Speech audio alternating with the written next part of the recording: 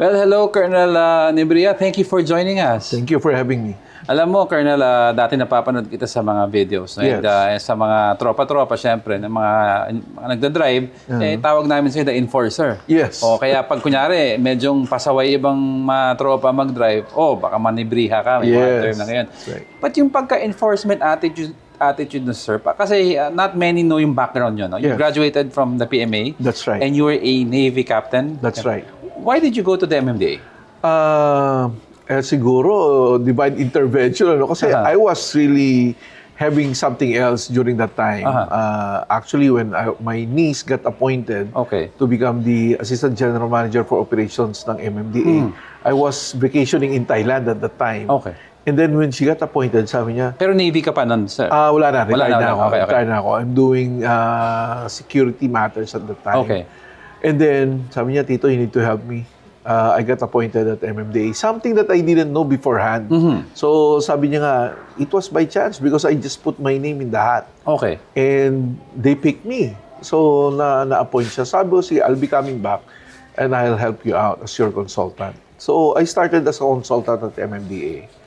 So, behind the desk, pencil pusher. So, I'm just reviewing all the mandates. Siguro, the knowledge that I gained about MMDA was talagang during those times that I was in operations, sa opisina. Okay. Because I was reviewing all the after operations report, I was reviewing all the mandates, I was reviewing all the resolutions. So parang natuto ka along the way. Natuto ko along the way. So, I didn't know that I will be spending this much time sa MMDA. Yes, I didn't even expect na I will last this long. So, we knew then that it will just be a hit and run. Ano tayo, hanggang mapalitan tayo, alis na tayo. But when the new team transitioned, it was just a year after we got to MMDA. And then, I was really thinking that that will be my exit likewise. Yes. Kasama nung pamangkin ko. My niece got appointed sa DBM after MMDA. Yes. I was thinking that I will be exiting also, no?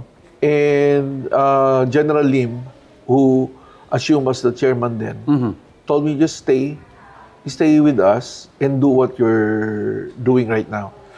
So I did sa clearing operations, sa anti-illegal parking. I think at that time, yung Special Operations Group kayo, sir. That's right. That's right.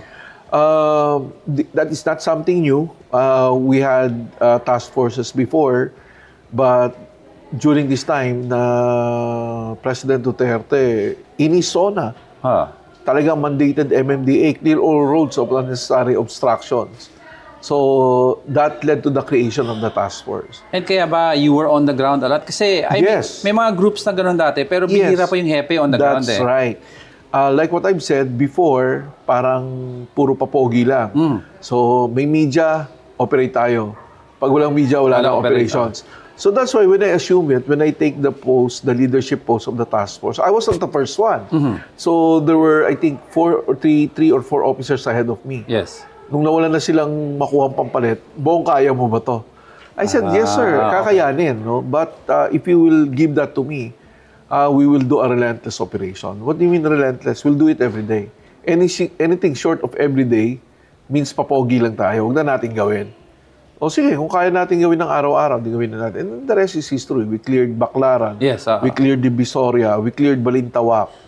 Quinta Market. And all those notorious marketplaces na hindi mo na madaanan because totally obstructed Parang by choke vendors. points na eh. That's right. And I'm proud to say na nung we started clearing Divisoria, even the people didn't believe us. Even the media didn't believe in us. Ang alam na nila, hindi, ano lang to, papogi lang to. Yung mga skeptics eh. Skeptics. And ngayon lang to, even the vendors are to us vendors because when we first came to Baclaran, ang linis. I mean, maayos. Walang nakapark, yung mga vendors nakaayos, walang nakaharang sa kalsada. Sabi ko, hindi pala natin kailangan mag-clearing eh. Di ba? Pero maririnig mo on the side, ngayon lang yan, papogi lang yan. Di ba? So, the next day, I went back, clearing ulit. Hindi, ngayon lang yan, 2 araw lang yan. Third day, last na yan. Palagay ko, wala nang bukas yan. Di ba? And then we continued day after day, week Going after back. week. Oh yeah. And then sabi nila, this is an exercise in futility na yung back and forth tayo. Nakakapagod din eh.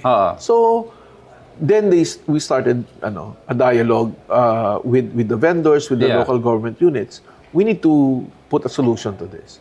And that's why we came up with the common marketplace na pwede nilang pagbentahan, hindi na sa mga kalsada. Para wala na sila doon. Wala na sila Concentrated doon. in one yes, area. Yes, that's right.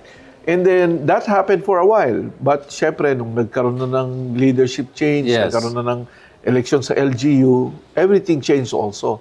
And parang ang ginagawa na lang namin, prophylactic clearing. Yes. Pag may reklamo, mag-clear kami. Kasi, it's really hard to sustain kung wala kang cooperation from the barangays and the LGUs. Kasi magkaka-pushback sa ordinance. That's right, that's right. Tapos sir, sobrang, I think nagustuhan natin yung performance ng unit nyo. Rinigalo sa iyo ang EDSA.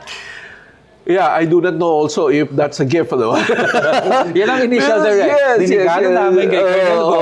Okay, Colonel. That's deep. Anong Parang experience sa narrative. EDSA? The narrative. Ay, ano dapat gagawin? Anong pinapagawa sa'yo sa EDSA?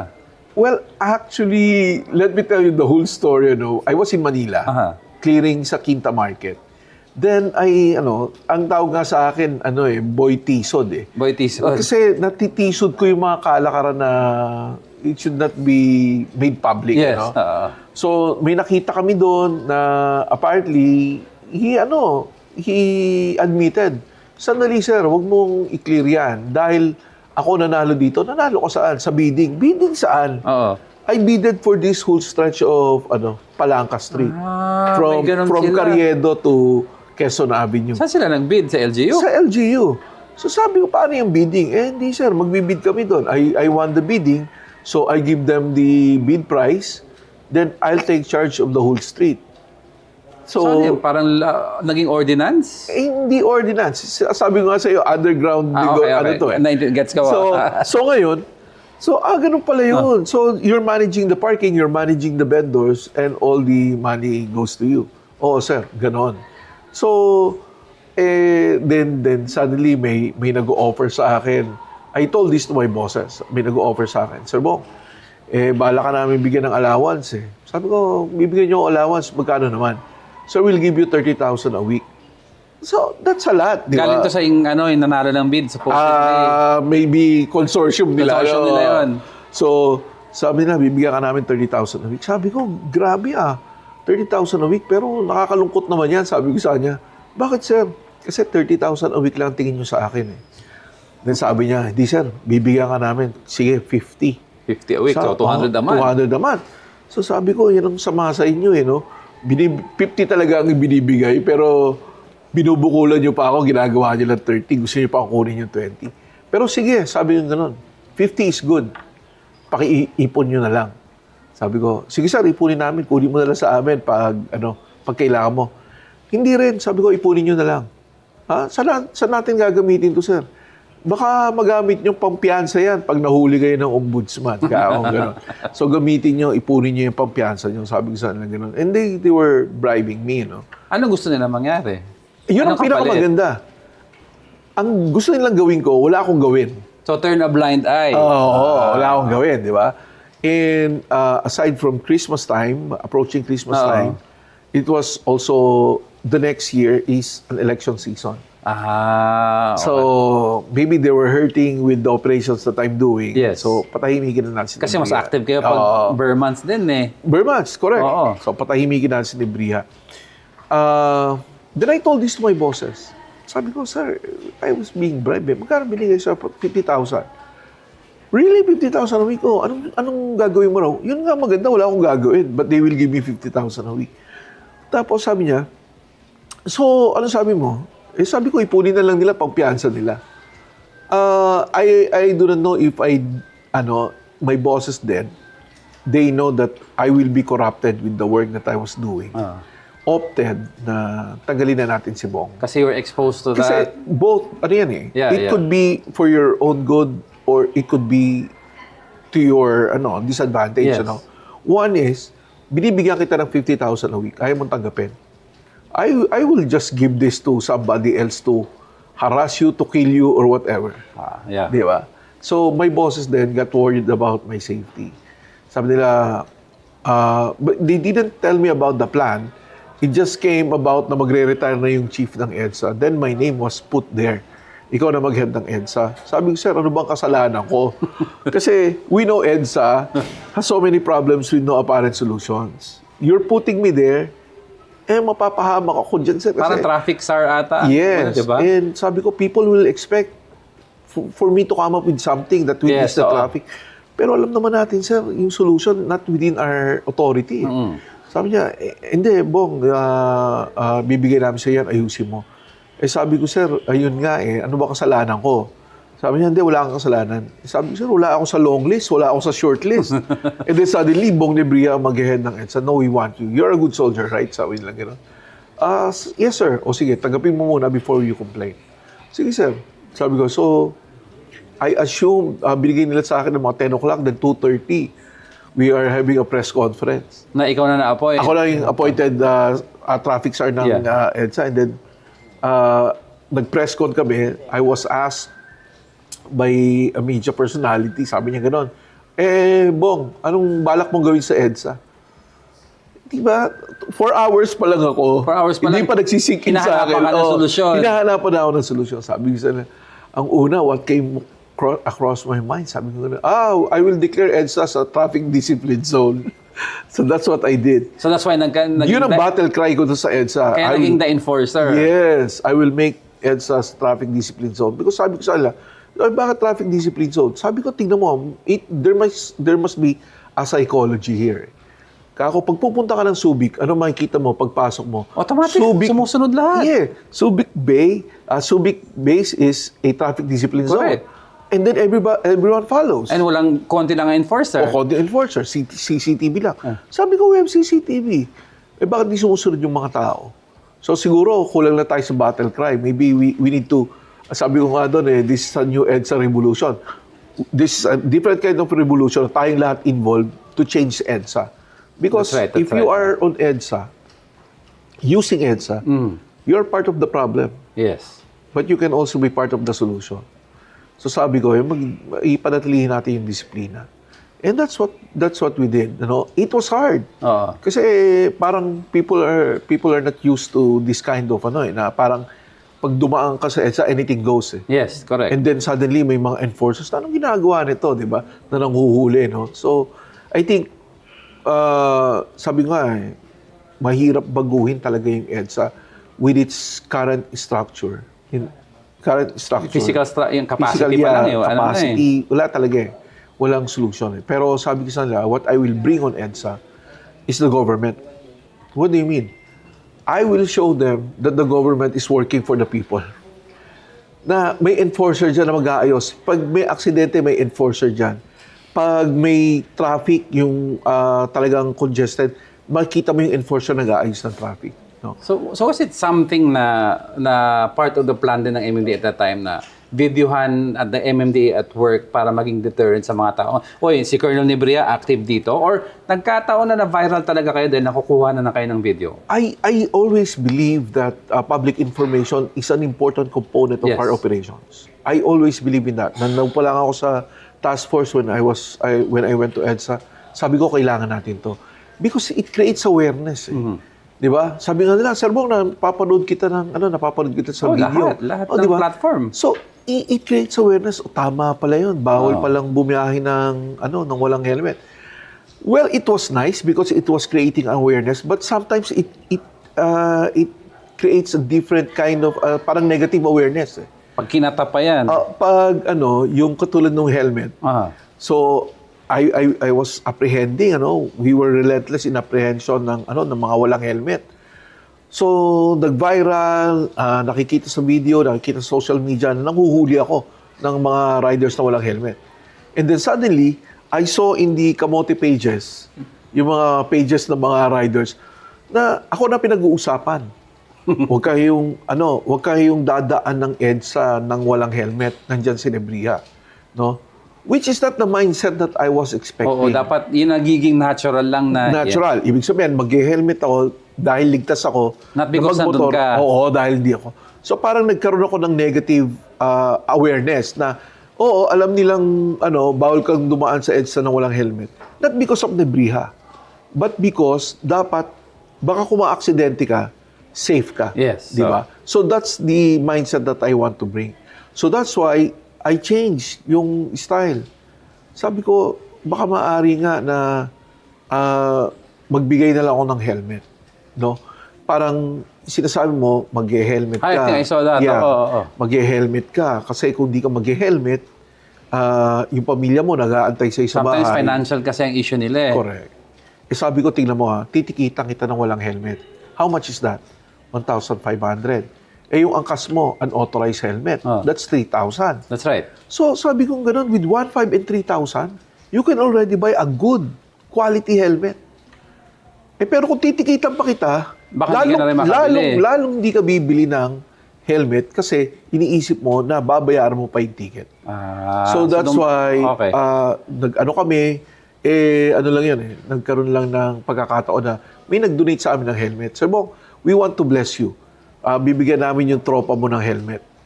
And then the helmets then was inside were inside my pickup truck.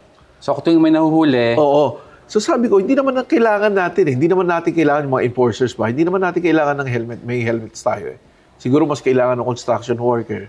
Kailangan ng security guard, no? Kailangan nung yung ordinaryong empleyado na talagang napilitan na lang magmotor. This happened during pandemic. yes, oo.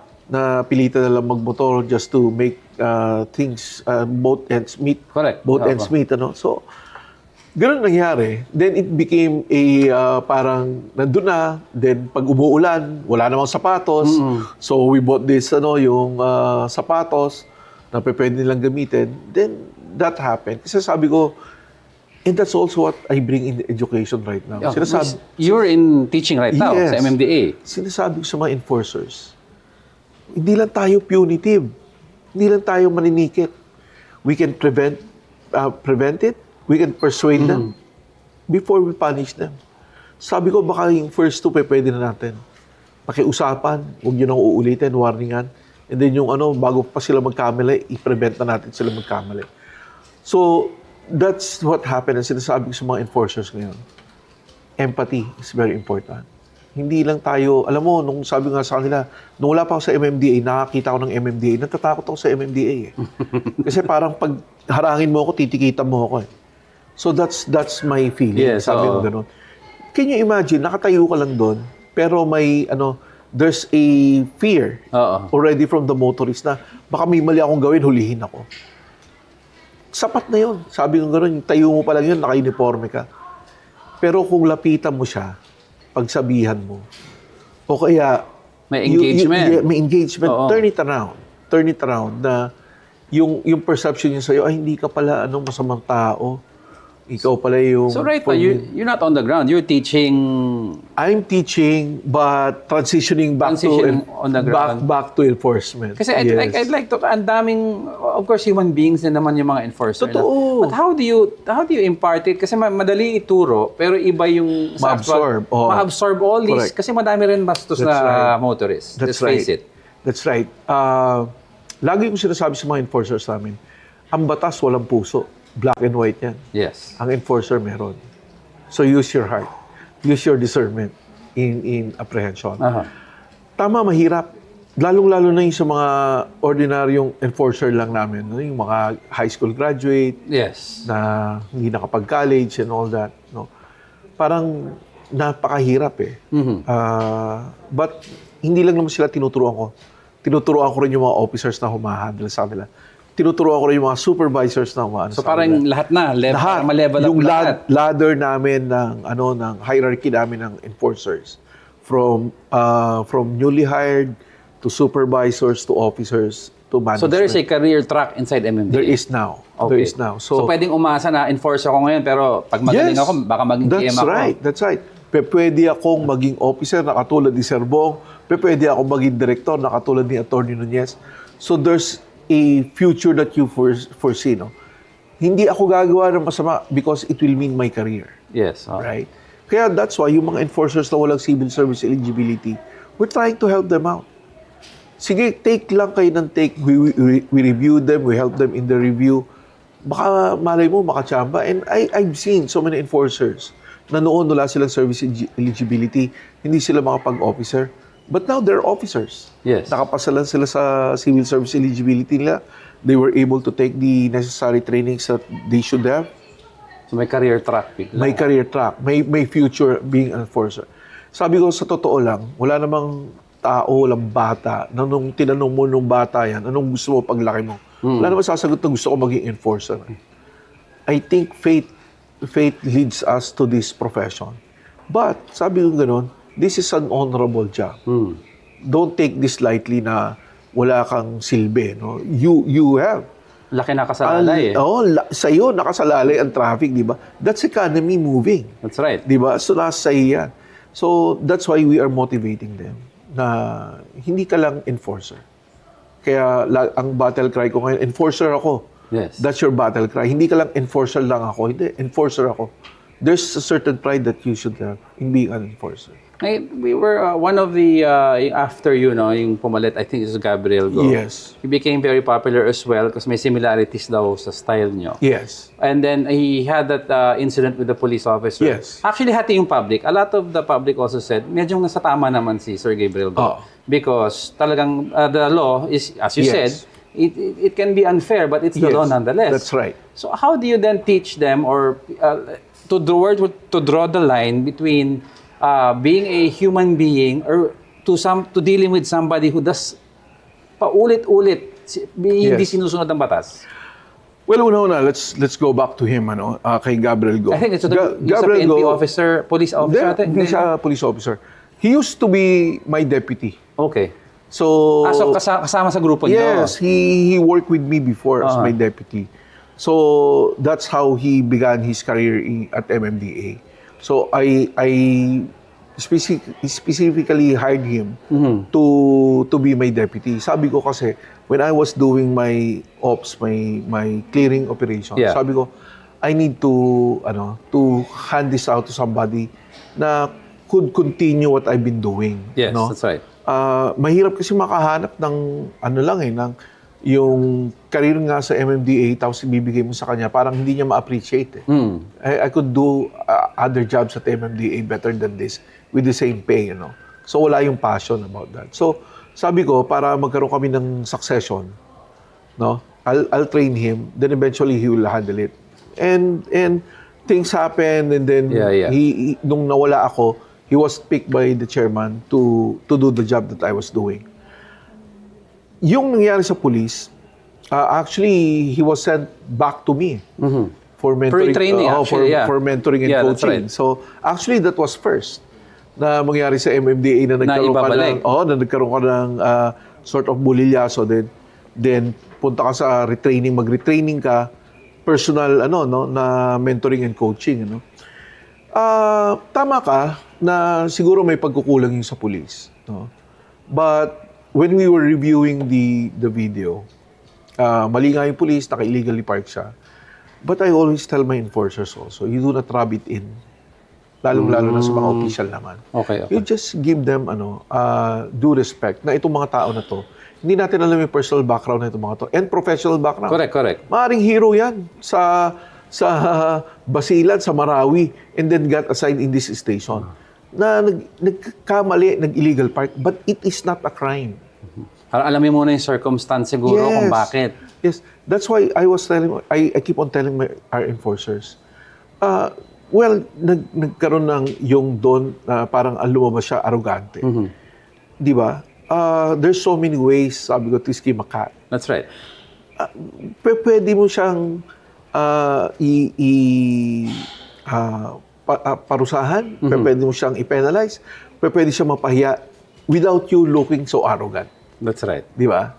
So, sabi ko, sometimes humility will prevail over Kasi mahiya pa eh. Arrogance. Sir, pasensya na po. Nagpapatupad lang po kami ng batas. Kailangan nyo pong alisin. Dapat po tayo maging magandang halimbawa sa ating community para sundin tayo, di ba? How can we implement the law if we are the first ones who violate it, di ba? So, I mean, if that will be the narrative na parang tinuturuan mo yung police kung paano dapat ang gawin niya o kung ano yung halimbawa na ibinibigay niya, I think he will come off as a taller person That's in right. that scenario.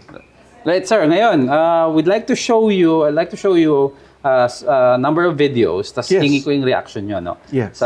First off is, I think this is, nag-viral ito. I think you know this. Yes. We were talking about this. It's a video of traffic enforcers supposedly playing, am I correct, online game, no? Online game. Supposedly, sabi nila, during break time. So, tingnan natin. Yes.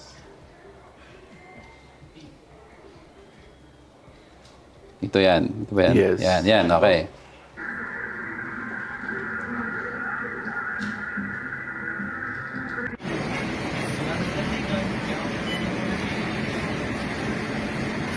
Sila, no? Wala sila. Kakapunta nyo lang, tapos naglalaro pa kayo niyan. Ano? Nag-enjoy kayo? Kumain lang kayo? Kaya nga. Papahinga lang po. Tama ba yan na naglalaro pa kayo niyan? Ha? Ano? Saan kayo naka-assign? Saan?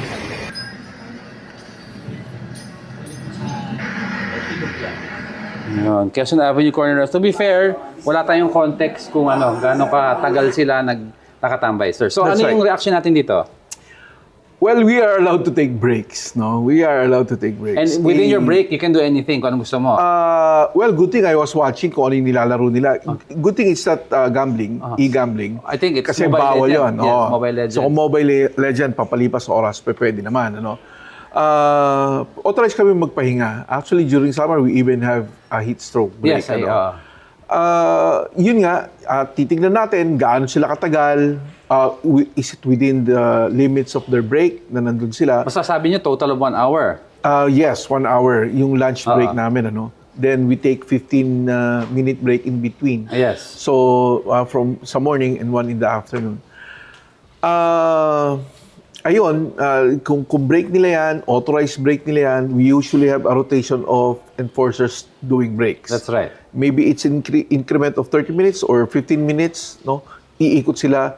Kasi they need to relieve themselves That's right. sometimes, di ba? So, kailangan nilang mag-break. Hindi ko lang alam kung ilang oras sila doon, matagal ba sila, did they go beyond the break? Kung ano man yung ginagawa nila, authorized ba yung paglalaro? Pwede naman, break Basta It's a break. the within time. the time. Alright. So, pwede naman yun. You can even talk to your family during your breaks. It doesn't prohibit you, di ba? As long as what you're doing during your break is legal. Okay. So, kung hindi naman sugal yan, hindi naman nanonood ka ng porno or anything like Or that. umiinom ng alak. Umiinom ng alak. Alak, I think it's legit. Yeah. Ang ko lang, did they go beyond their break? Something that we need to find So out. that is the question. That's the question. Another video na medyo viral din, isang seminar ata, no? Yes, ito, actually, U-turn, no? yes, he's So, my boss. he's your boss? Yes, he used So, to be my medyo, boss. paano tayo? He used to be my boss. Okay. Ito daw, sir. Going back to the rule at sa signal principle. Ano mas mataas? Ilaw o yung sign? O yung marking?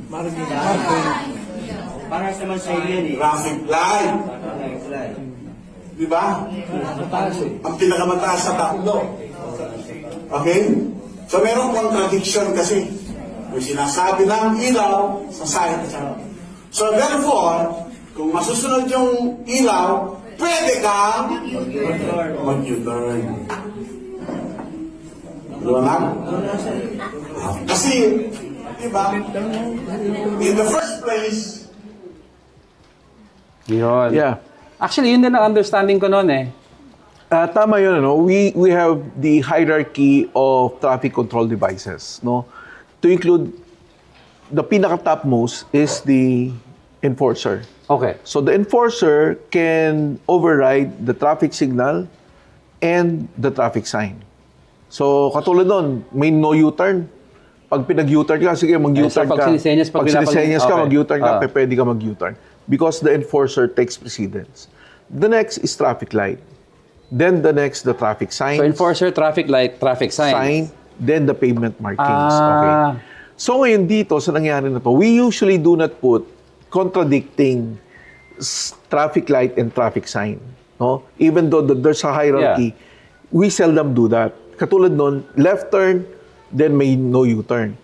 Kasi pag protected left turn ka, ibig sabihin, you are protected in Yes. making that left turn. Walang conflict, walang pedestrian, walang other cars. Ano. And likewise, kung clear yan, pwede ka mag-U-turn. U-turn, correct. Kung protected left turn. So, okay. But there are instances na hindi ka pwedeng makapag-U-turn. Restricted yung road. Yes. Ibig sabihin, you cannot make a smooth U-turn. Ibig sabihin, pag U-turn mo, tatama ka sa makita, aatras ka Mabibitin ba, ka lang. mabibiting ka, Yes. di ba? So, you will be delaying the traffic flow nung magle-left. Then, the next thing is that we might prohibit a U-turn kasi yung mga mag-U-turn will prevent the smooth flow of traffic nung magle-left turn. So, ibig sabihin nun, hahaba yung queuing ng That's right, magle-left, that's right. no? So, ibig sabihin, hindi magbabalance. Ibig sabihin, ito, naubos na yung going forward, yung magle-left turn, hindi pa nakakabuhos, right? Okay. So, that's why we put a sign na no U-turn. Because you cannot make a smooth flow. There might also be a safety issue. Ibig sabihin, Yes, pag yes. U-turn mo, you might come in conflict with bikers, That's right, oo. with pedestrians, no, or other vehicles coming from the other direction, turning right. So, nire-restrict namin. And then we put a no U-turn. Then, i-ano namin sila, papag-forward din naman, mag-left turn ka lang muna because when you take the left turn, doon sa road, there's a U-turn that you can come back you can to. Oo. ikutan mo. So, hindi na yung multiple U-turns no, na gagawin.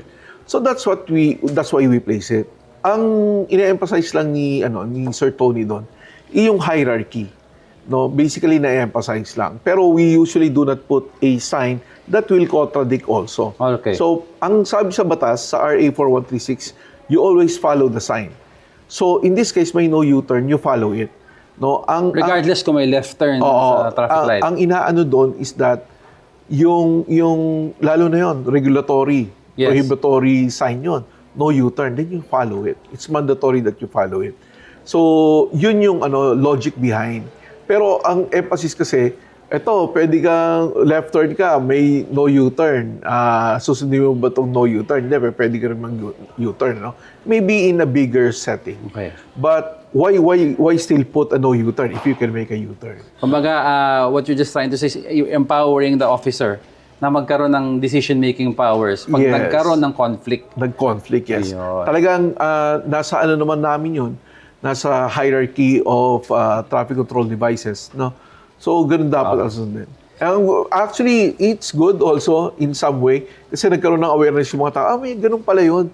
Kasi yung mga tao, matatandaan mo, Diego, nung nagkaroon tayo ng NCAP, pinapa-forward Yes. na ng enforcer. That's right. Ayoko, baka mamaya ma-NCAP ako, stop pa eh. Tapos mag-explain pa Mali ako yun, mali yun. So, ang sinasabi namin, once there's an enforcer directing you, you follow the enforcer. Kasi binabypass namin yung NCAP. Hindi kami mag-NCAP against the lights kung may enforcer doon. Ayan. Siyempre, sumikat po kayo, sir, na lahat sinita nyo.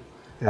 Regardless kung ano yung artista o ano. Yes. Sino mas pasaway? Artista o politiko na hulihin? Na hindi na viral? Believe it or not, entitlement is not only for the rich, but also for the poor.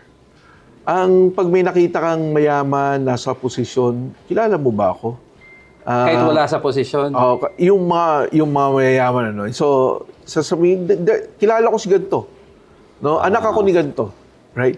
So, there's certain entitlement. Sinasabi ko, mahirap din naman may entitlement eh. Yes. Pag nahuli mo, sir, mahirap lang ako. Di ba? Parang, di ba? Yes, So, gets ko. Sir Bong, ang 500 pesos lang sweldo ko kada araw. That's also an entitlement na kailangan pagbigyan ka dahil ganun lang ang sweldo mo. Mali eh. Sabi ko nga, dapat tayo na kulang tayo sa pambayad, yung tama lang yung sweldo natin para sa pamilya natin, mag-iingat tayo na huwag tayo magbabiolate. Kasi pag nag-violate tayo, hindi natin matatakasan yan. Babayaran natin yan. Di ba? So, yun ang sinasabi ko na may hirap, mayaman, there's a certain level of entitlement. Either or. Either or. Kaya, sabi nga, discernment, sometimes, talagang yung, tingnan mo kung sino talaga yung pasaway, sino ba yung pwede mong, pagsabihan na lang. Hindi naman lahat talaga nahuhuli. No. Ayan yung sabi ng boss ko dati, Bong, kahit gaano ka katagal sa kalsada, hindi mo mahuhuli lahat ng isda sa karagatan. Laging dadami at dadami. Dadami. Kaya nga ika sabi mo, hindi mo alam kung blessing or curse. Yes, that's right. But I learned so much in this job, no? And I love the interaction with the people. And we're looking forward to, a better, hopefully, EDSA for all of us. Yun ang pangarap natin na maybe in my son's lifetime. Yeah. Thank you very much, Sir Bong. Yes, thank Colonel you very Bong, for much. joining us. It was a pleasure to talk to you. It was nice being here. Thank you. Thank you, Colonel.